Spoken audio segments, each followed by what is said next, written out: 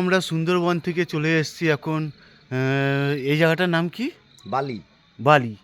তো এটা হচ্ছে হোটেল। এই হোটেলে আমরা রয়েছি।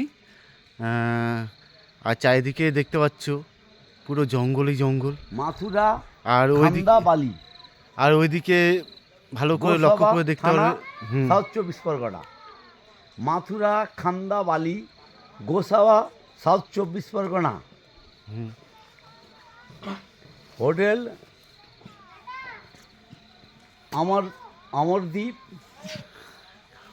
খামার বাড়ি, অমরদ্বীপ খামার বাড়ি। যাই হোক, আর এই যে আসুন বেরিয়ে এসছে। ম্যাডাম, ও আমার কাছে ঘুমাবে বলেছে রাত্রে।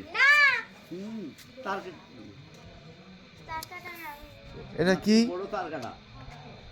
হ্যাঁ। আমি জাল ভিতরে এ তো পিছনে কুকুর যাচ্ছে, দিল কামড়।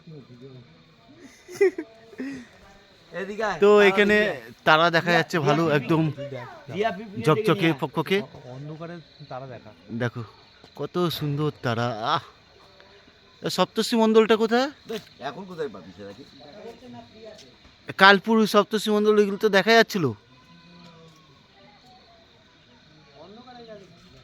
তো চারিদিকে এত ফাঁকা, তো আকাশে মাঝখানে তারা দেখতে মেসো খুব একা ভালো দাঁড়া। লাগছে।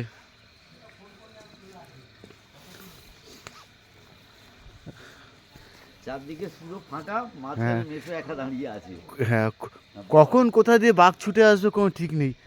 আপাতত একটা কুকুর গা ঝাড়া দিচ্ছে, কোনো ব্যাপার না, কিন্তু কখন কোথা দিয়ে বাঘ বেরিয়ে আসবে কোনো ঠিক নেই। আরে বাবা, এ তো দূরবীন দিয়ে দেখা শুরু করে দিয়েছে।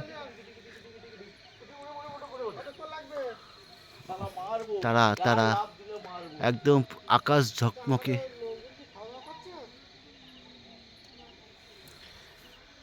চারিদিক নিরিবিলি।